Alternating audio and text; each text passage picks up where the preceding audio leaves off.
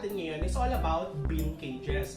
So ano ba ang bean cage? Bale ang bean cage nanggaling sa word na bean or plastic bin. Ito yung mga plastic bin na nakita natin sa mga bahay natin. Usually pinaglalagyan natin ng mga gamit or ito yung tinatawag din ng storage box. So paano natin malalaman kung ano yung magandang size para sa mga hamsters natin? So sa mga hamsters, meron silang mga specific sizes na kailangan. For example, sa Syrian hamsters, ito po yung mga malalaking uri ng hamsters. Ang pinaka-minimum natin na requirement for them is at least 1,300 cm squared or katumbas ng 30 liters na plastic bin. Sa mga dwarf hamsters naman like Roborovski, Winter White, and Campbell dwarf hamsters, ang minimum space requirement natin dyan is around 1,000 cm squared. So ito po yung minimum.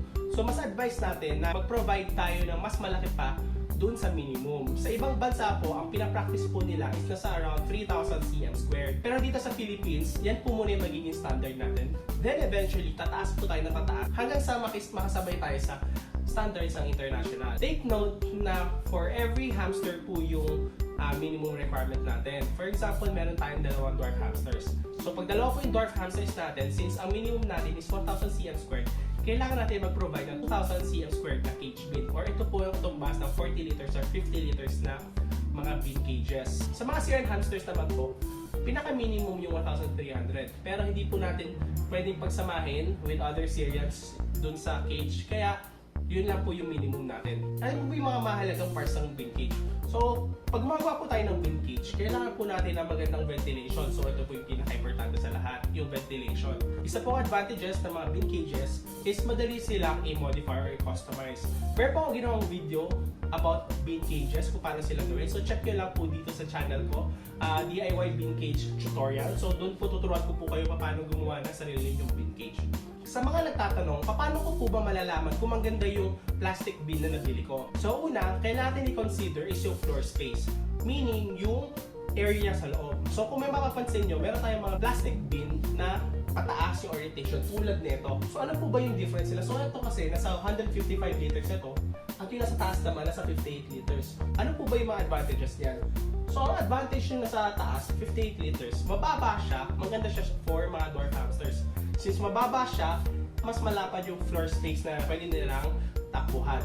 Sa mga matataas naman, halos similar sila ng floor space, pero ang advantage naman nito, mataas siya. So, mas bagay siya for mga Syrian hamsters. So, i-explain ko sa inyo mamaya kung bakit mas malaki yung height nung para sa mga Syrians compare sa mga dwarf hamsters. Ano po ba yung mga advantages ng colored beans compare sa mga clear or opaque na plastic beans? So mga advantages ng colored beans is mura sila. Mas mura sila compared sa mga clear or white plastic beans. Sa mga clear plastic beans naman, ang advantages nila is maganda siyang tignan. Since medyo clear siya and white, mas mabilis pumasok yung ilaw and mas makikita nyo yung mga hamsters nyo sa loob ng mas malinaw. Dahil yung ilaw pumapasok sa loob, mas mabilis sila nakikita. For now, isi-share ko sa inyo yung bawat setup ng mga hamsters ko and yung mga bin cages nila. So yung una ko ipapakita sa inyo, ito po yung bin cage ng Winter White ko. So yung Winter White ko, isa lang siya. Ang size po ng cage na to is nasa 1,800 cm squared, not including yung second floor. So kung makikita nyo, ito po yung mabibili natin sa mga Ace Hardware na 34 liters. So ang kagandahan niya is pahaba siya and mababa siya. So ano po ba yung mga laman ng cage natin? So meron tayo ditong isang Winter White. Pangalan niya, Tora. Then meron tayong isang 18 cm na silent wheel. Meron din tayong tube na siso na hindi gumagalaw dahil dun sa beddings. And yung beddings pala na gamit natin is Aspen. Okay? So meron din tayong ladder dito para makaakyat sila sa second floor. Then meron din tayong sandbag dito. Kung makikita natin, medyo madumi na siya. So dito siya nag-wiwi. Okay, then meron din tayong tiles. So maganda siya pang bakulan or para pag medyo mainit, gusto nila lamigin, pwede silang pumatong dito at malalamigan sila. Food dish, then mineral stone. Then kung mapapansin natin, meron tayong mga height sa ilalim. Okay, may dalawa tayong height. Tapos kung makikita natin, para makaakyat siya sa second floor, kailangan lang nila umakyat dito para makaakyat sa second floor. Yan. So, ang special about dito sa bin na to, sa setup na to, is pwede ko siyang ayusin in such a way na magkakaroon siya ng digging area. So, pwede natin tanggalin itong floor na to para malagyan natin ng digging area. So, papakita ko sa inyo kung paano natin nilagay yung digging box. So, syempre, tanggalin muna natin itong mga gamit. Hello. So, kailangan tanggalin yung kusot para hindi umarang. Then, yung digging box natin, papasok lang natin dito. Busugan mo na konti, baka maano. Yan. So, pag pinasok natin, meron na siyang digging box. So, next na gagawin natin is lalagyan na natin ng kusot para pwede siya mag-dig dyan. Okay, so pag gusto natin tanggalin, usog muna natin tong si Tora. Okay, lahin lang natin to. Babalik. Tapos, pwede lang natin siyang ibalik. Ito yung jar. Okay. Then, sarap. Then, balik lang natin yung sandbag. And, tiles. Okay? So, yung next naman natin, yung cage ni Pipo. So, si Pipo, isa sa Syrian hamster. So, yung cage natin, nasa 58 liters siya.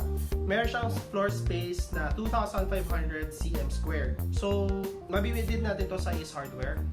So, ano ba yung mga laman ng cage ni Pipo? So, meron tayong ditong tube na siso. Meron yan sa Azzy Pet Supply. So, kung gusto nyo bumili, meron sila doon. Meron din tayong hide. Actually, itong hide na to para sa reptile siya. So, nakita ko na pwede din siya gamitin as hide ni Pipo. Ang maganda sa kanya, mukha siyang cool. Meron tayong wheel, 21 cm wheel. Meron na tayong bendy bridge. So, ito pa yung bendy bridge natin. Okay, ang maganda dito is pwede natin siya i-form ng kahit anong gusto natin. So, pwede natin gawin siya straight, pwede natin siya gawin parang height. Okay? Then, meron tayong sand jar. Okay, so dito ko nilalagay yung sand nila para pag iihi sila, ito lang yung kailangan ko palitan. So, hindi ko na kailangan palitan yung beddings. So, ito lang yung kailangan ko regularly palitan. So, kung nagtatanong sa nakakabili ito, meron to sa mga Japan Homes, Daiso Japan. Meron din to sa SM Department Store, dun sa mga kitchenware.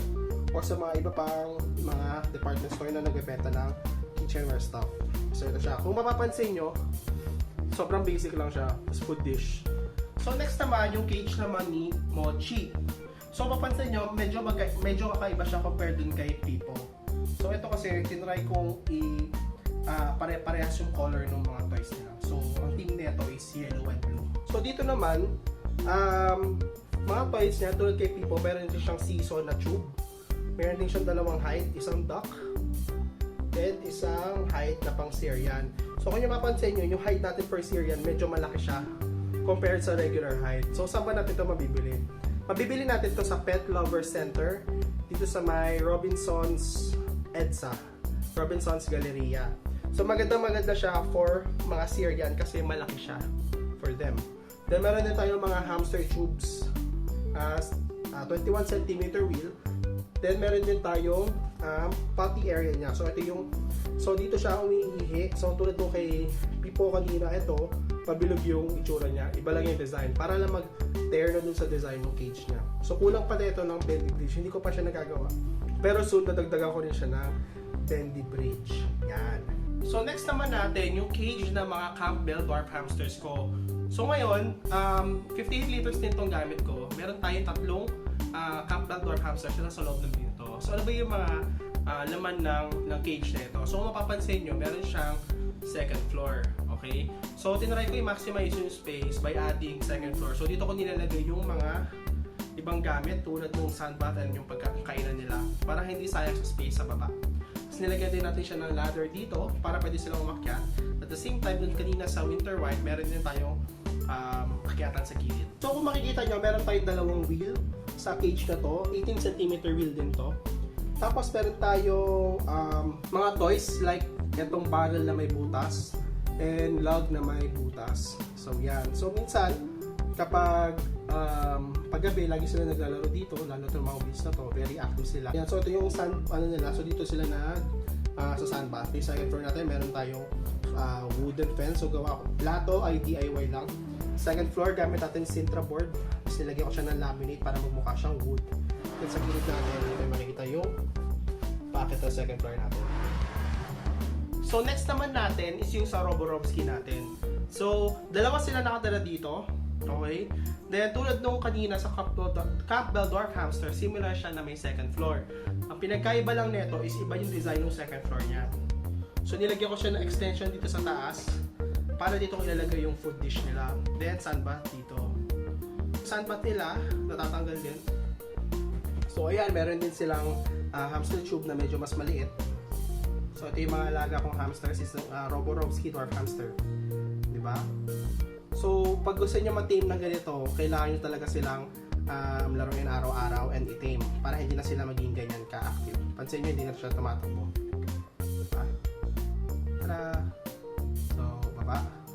So yung wheel size naman natin dito is mas maliit compared dun sa kanina sa Cambro dwarf hamsters natin. Bali 11 cm naman to. Okay lang to sa kanila kasi mas maliit naman sila compared sa CTH. Okay, then meron din tayong ditong slate na stone para pag nainitan sila, pag pinutungan nila to, malamigan din sila. Similar siya dun sa tiles na nakita natin kanina dun sa winter white natin. Tapos meron din silang mineral stone na grabe ubos na. Okay, so ito naman yung cage ni Sashi. Bali, ang size ng cage na to is sa 155 liters. Katumbas ng 3,000 cm squared na floor space. So, paano ko siya napalaki ng 3,000 cm squared?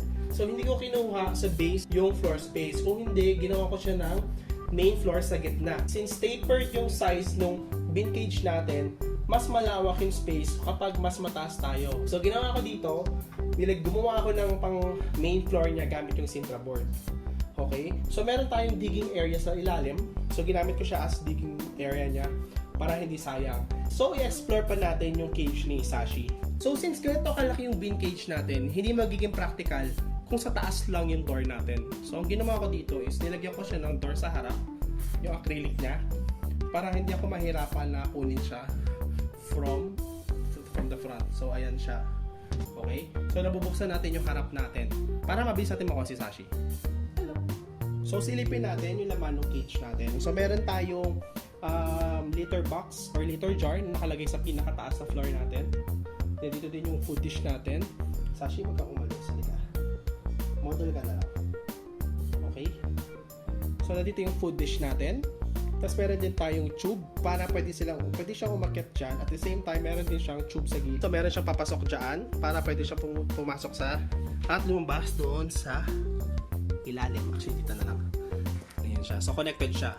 Next naman natin, meron din tayong siso na tube tulad nung kaila Pipo and Mochi. Then, meron din tayong Syrian height na malaki. Bendy bridge. Then, meron din tayo dito 25 cm na wheel para kay Sashi. So, isa sa mga advantages na ganito kalalaking bin is pwede tayo maglagay ng ganyang kalaking wheel. So, dun sa mga cages kanina, hindi natin kaya maglagay ng ganong kalaki kasi masyadong mababa siya. Okay, then meron din tayong second floor kung mapapansin nyo. Simple lang, para lang ma-maximize natin yung space sa taas para hindi sayang. So, tingnan natin yung harap. Hi, Sashi! So, ganyan siya. So, ito, bigay sa akin ng friend ko, si Ate Russell, dun sa isang event namin. Ayan, nilagyan pa niya ng Sashi. So, hindi ko na paano niya ginawa yan, pero sobrang cute and gusto ni Sashi. Okay? So, ganyan siya. So, pag gusto kong linisin yung ilalim, natatanggal siya. Ito. Naangat siya. So, pwede ko siyang tanggalin ng buo. Then, i-check yung ilalim niya. So, sa ganitong setup, most of the time nasa ilalim siya. Pero, pag tinatawag ko siya, tulad ngayon, lumalabas siya. Kasi sanay na siya sa akin. So, medyo trained na siya na every time na nilalaro ko siya, lumalabas siya sa underground niya. So, kung mapapansin niya, meron din tayo dito side ventilation. Meron din tayong ventilation sa ilalim. So, ganito yung tsura sa ilalim niya. Meron tayong ventilation din para makahinga pa rin siya kahit nasa ilalim siya nung box niya. So dito meron tayong water bottle at saka yung tube natin paakyat. So makita niyo may butas tayo dito. Nagkamali ako ng gawa dyan. So akala ko pwedeng pa ganun. Magiging problema, wala siyang platform sa loob, sa ilalim. So ginawa ko na siyang extra ventilation. So yan po yung buong setup ng cage. Ayan, so nakita niyo na lahat ng mga bin cages design ko. So sana makagawa din kayo ng mga sarili yung designs gamit yung mga plastic bins natin. Make sure na pag gagawa tayo ng mga designs, dapat first priority natin yung safety ng mga hamsters natin. So as much as possible, huwag tayo gumamit ng mga materials na ikapapahamak ng mga alaga natin. So if may mga questions kayo, pwede kayo mag-comment sa baba. Or kung gusto niyo akong message directly, pwede niyo ako i-search sa Facebook, The Hamster Guide, walang space. So pwede kayo mag-message sa akin, then sasagutin ko kayo. If may natutunan naman kayo and nagustuhan niyo yung video, please hit the like button and make sure to subscribe. Also, meron din kaming Facebook group, Philippine Hamster Keepers sa Facebook. If interested kayo sumali and gusto niyo may matutunan pa kayo about mga hamsters, sali kayo dyan sa group niyan. So dyan, tuturuan kayo kung paano mag-keep ng mga hamsters na mas maayos. So yun, maraming salamat.